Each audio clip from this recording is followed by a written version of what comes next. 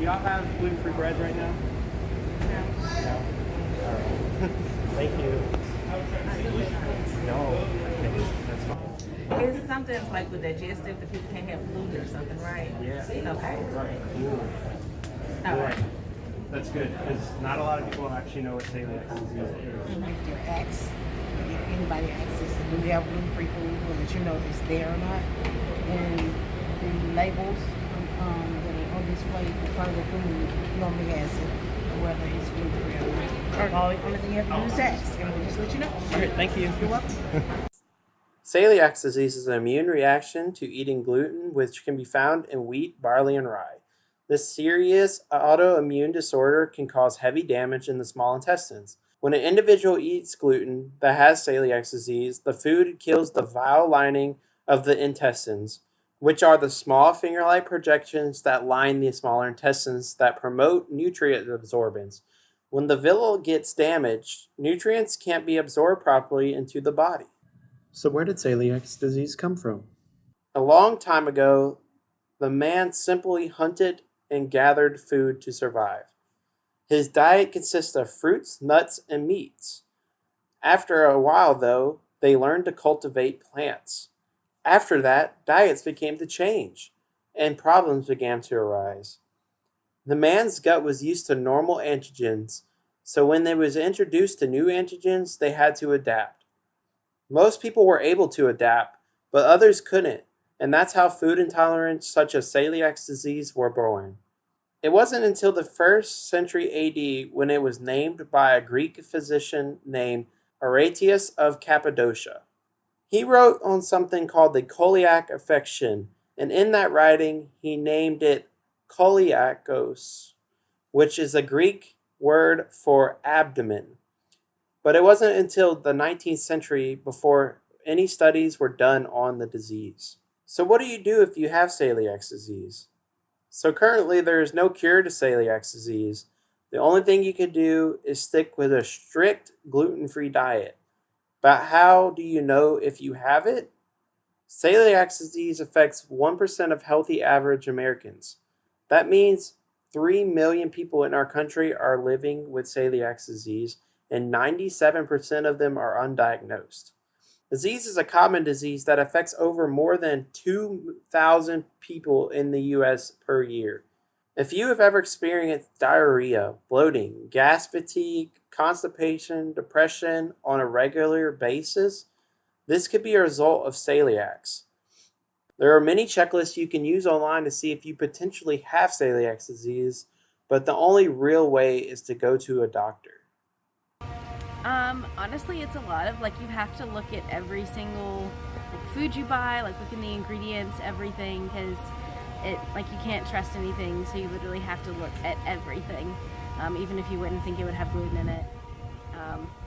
And eating at restaurants is super difficult because a lot of people don't know what they're talking about or have no idea what gluten is. So it really kind of physically it changes how what you're eating. So before I got diagnosed with all the issues I have, I really wasn't focused on what I was eating. I would just eat whatever whenever I wanted, just whatever's available. But now I have to intensely look at every single thing I'm putting in my body because it could cause me a lot of severe pain and really knock me out for a day or two and take me out of my classes. So I have to watch what I eat a lot more carefully, but it's just a lot harder to function because you also get tired if you're eating the wrong stuff too. It just affects you emotionally as well. So it's just a lot more stress to deal with. So it's really hard to deal with it, to be honest. So the calf really doesn't provide enough food for us that have celiac disease. So, and you literally have to watch everything you eat.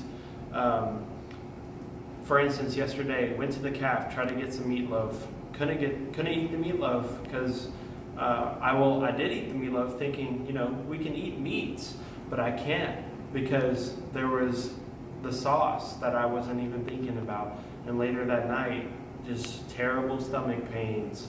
And so you really have to watch everything you eat. You have to make sure you look at the nutrition values and all the ingredients 24/7 at everything you eat. So unless you know what you're making or someone's telling you exactly what they're putting in the food, you pretty much have to stay away from it. I really don't, because I think it'd be super easy for them to just put like gluten-free on the items, because they have like the name of the items on the top. So if they could put that, or like a lot of the staff like isn't educated on what's gluten-free and what's not. And like gluten-free bread, they used to have it, but keep asking like, are they gonna get it back, or are they like not getting it anymore, and they never really know. So stuff like that, just not being educated, or like having signage and stuff. I've recently been like talking to my parents about it, and I'm about to talk to the school about it. This question exactly. So I have an extremely difficult time eating in the caf, mostly because I have absolutely no idea what they're putting in the foods.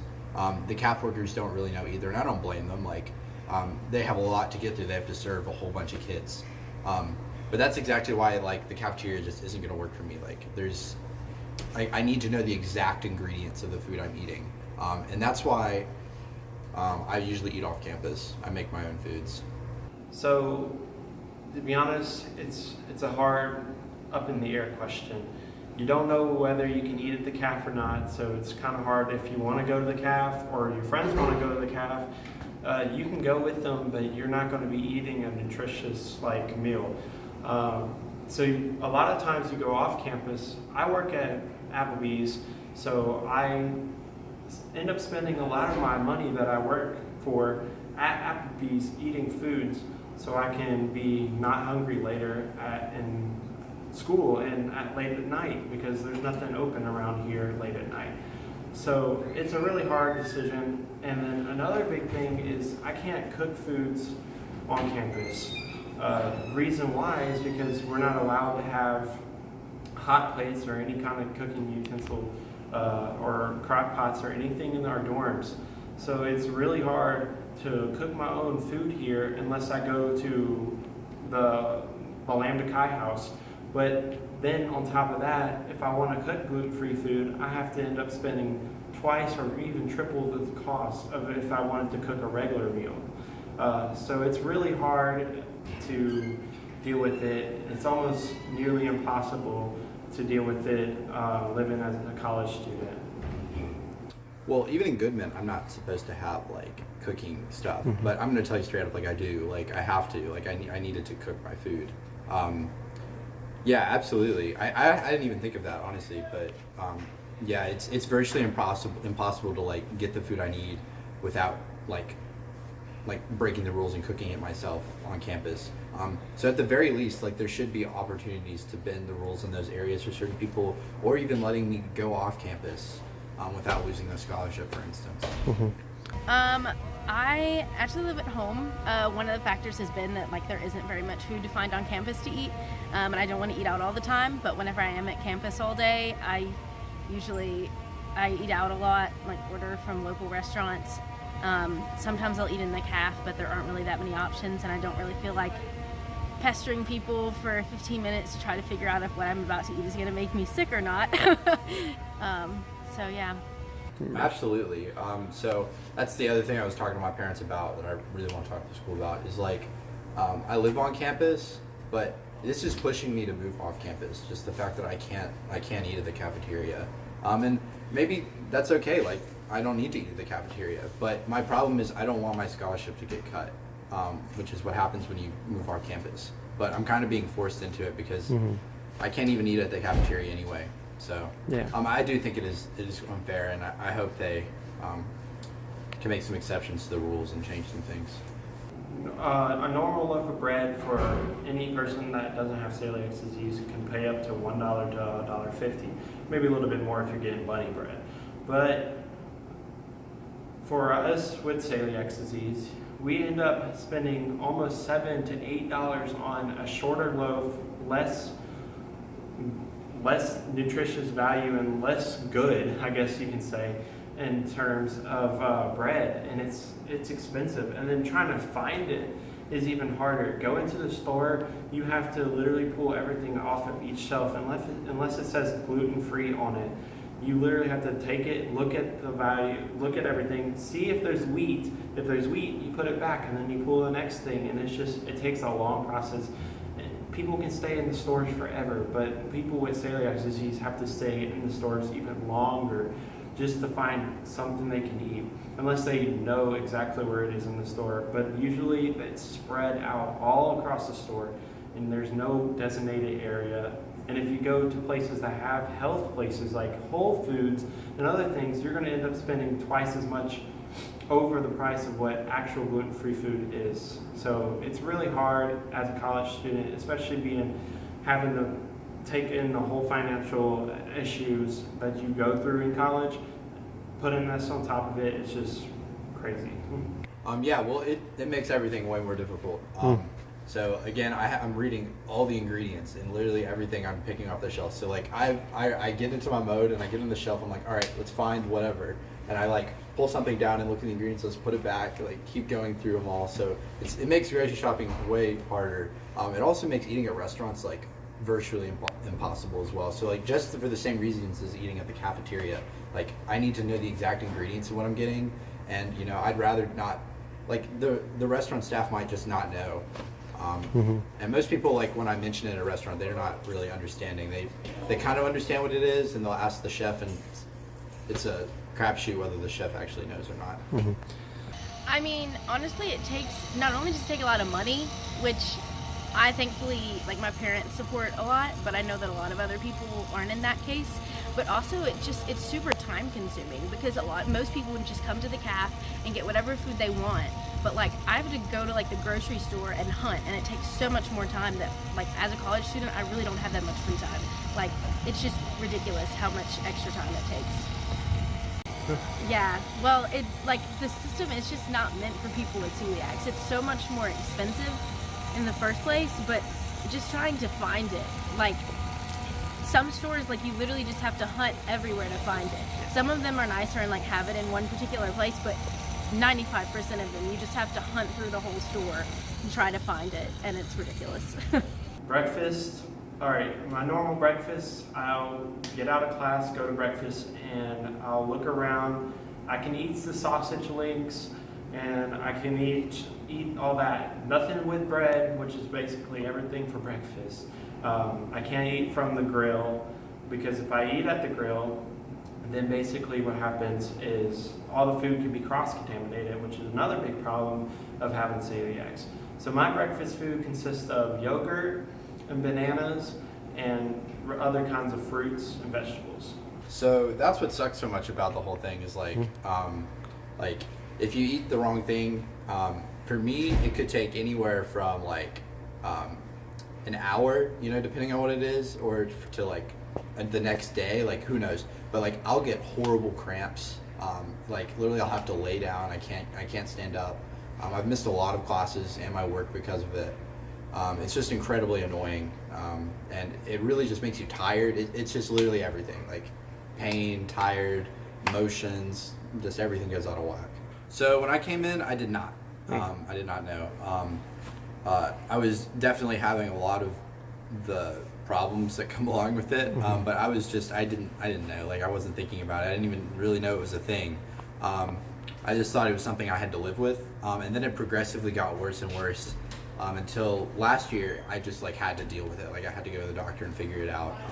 So yeah, last year is when I got diagnosed. So I did go to the doctor to get diagnosed, and it was really hard, honestly, at first. Doctors are not good with food issues at all. They're really not good with it. I have kind of celiac and some other things around that. And that's been extremely hard to get to the bottom of, and my doctors have been very unhelpful, honestly. I've been through a lot. But yeah, you do go to the doctor, you try to get that tested out, but mostly it's you. Like you have to find out what you can and can't eat anymore. So gluten can be pretty much anything. You think about pasta, you like pasta, right? Gluten. You like getting any kinds of your cakes, ice cream, even chocolate. I mean, the only chocolate I can eat is M&Ms.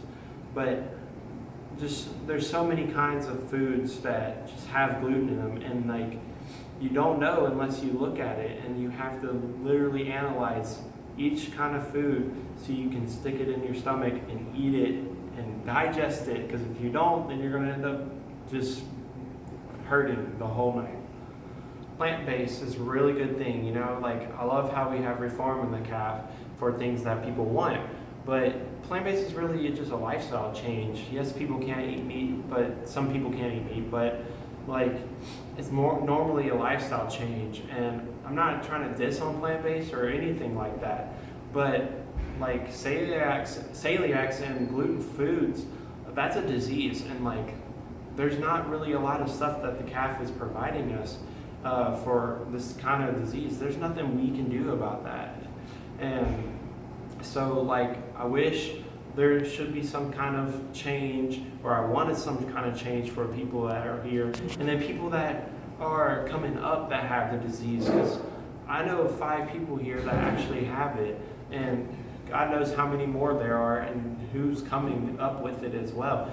So I feel like there should be a little bit more like of an engage on trying to get more gluten-free foods for people like me and people like others that can't eat gluten because of a disease, not just because of a lifestyle change. I really do hope in the future individuals suffering from celiacs will not have to worry about whether they can get the foods they can eat and pay for. Well, I guess this is what I'm eating today.